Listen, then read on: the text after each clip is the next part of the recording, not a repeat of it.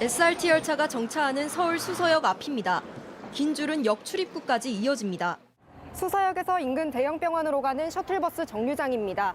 평일 오후 시간대지만 지방에서 올라온 환자들과 보호자들이 병원 진료를 보기 위해 길게 줄을 서 있습니다.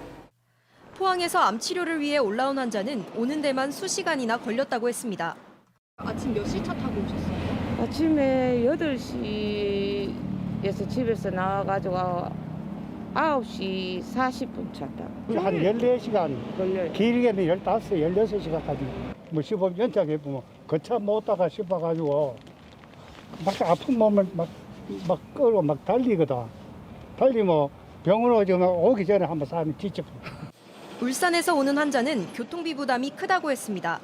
여기까지 올라오지 말고 지방에서 치료받으면 시간적으로 경제적으로 많은 전략이 되고 도움이 되죠.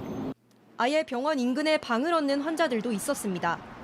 경기도에 있는 국립암센터 근처엔 환자방이 있다는 안내판을 어렵지 않게 찾아볼 수 있습니다. 짧게는 하루 이틀, 길게는 서너 달까지 단기 임대하는 시기입니다.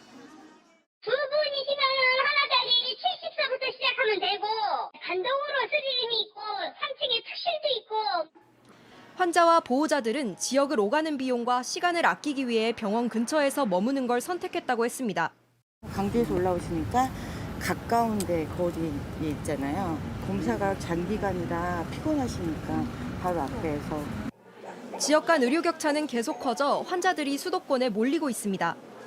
암 환자의 경우 최근 5년간 103만여 명이 이른바 상경 치료를 받았습니다. 소아과나 산부인과, 응급외과 등 필수 의료 체계는 점차 무너지는 상황입니다. 소아과 오픈런은 일상용어가 됐고 응급실을 찾아 헤매다 안타깝게 목숨을 잃는 일도 끊이지 않고 있습니다. JTBC 임예은입니다. 정부가 오늘 의사수 증원을 더 이상 미룰 수 없다고 힘주어 말했습니다. 소아과 오픈런, 응급실 뺑뺑이 등 문제가 곳곳에서 터져나올 정도로 심각한 상황이라는 겁니다.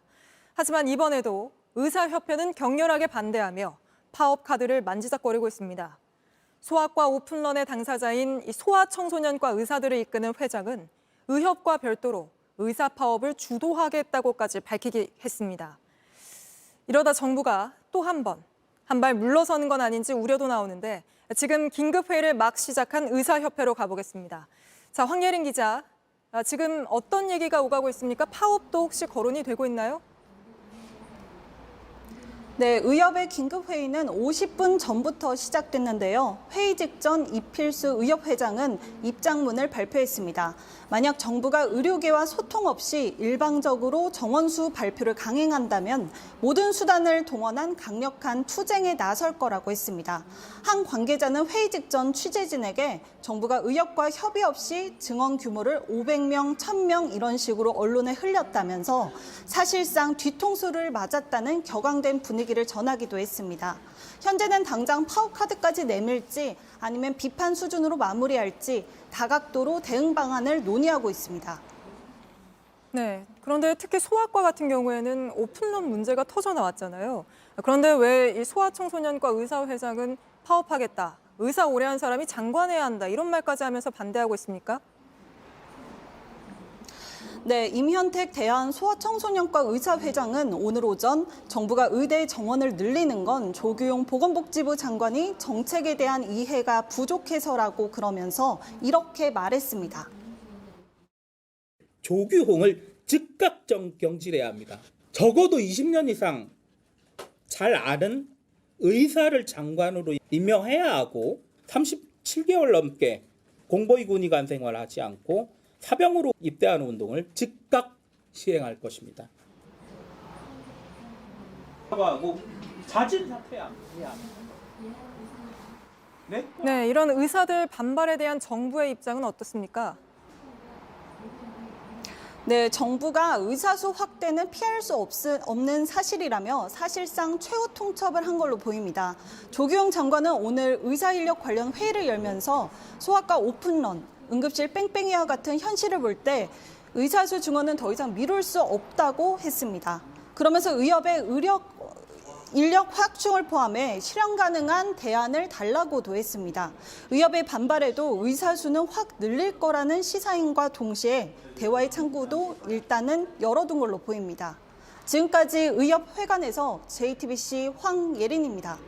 유한울 기자와 의사를 얼마나 늘리는 게 적절한지, 또 의사단체가 주장하는 의사를 늘렸을 때 발생한 문제점들이 얼마나 근거가 있는 얘기인지 따져보겠습니다.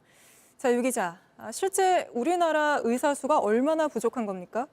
네, 2021년 기준으로 우리나라 임상 의사 수는 인구 1000명당 2.6명입니다. OECD 평균인 3.7명에 한참 못 미칠 뿐만 아니라 전체 회원국 중 뒤에서 두 번째입니다. 이때 의료 서비스 등을 유지한다고 가정했을 때 2025년에는 5천여 명, 또 2035년에는 3만 명 가까운 의사가 부족할 거란 분석 결과도 있습니다.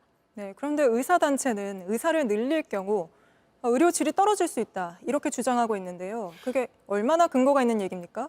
네, 의대 정원을 갑자기 많이 늘리면 이를 가르쳐야 하는 이 교수의 숫자 등 교육 인프라가 뒷받침이 안 되고요. 또 교육이 제대로 안 되니까 추후에 서비스 질이 떨어질 수밖에 없다는 주장입니다. 여기에 대해서 정부는 이미 지역에 있는 의대 정원을 확대하는 거라서 기존 인프라를 충분히 활용할 수 있고 또 대학병원과 중소수련병원에서 충분한 현장 경험을 할 수 있다는 입장입니다.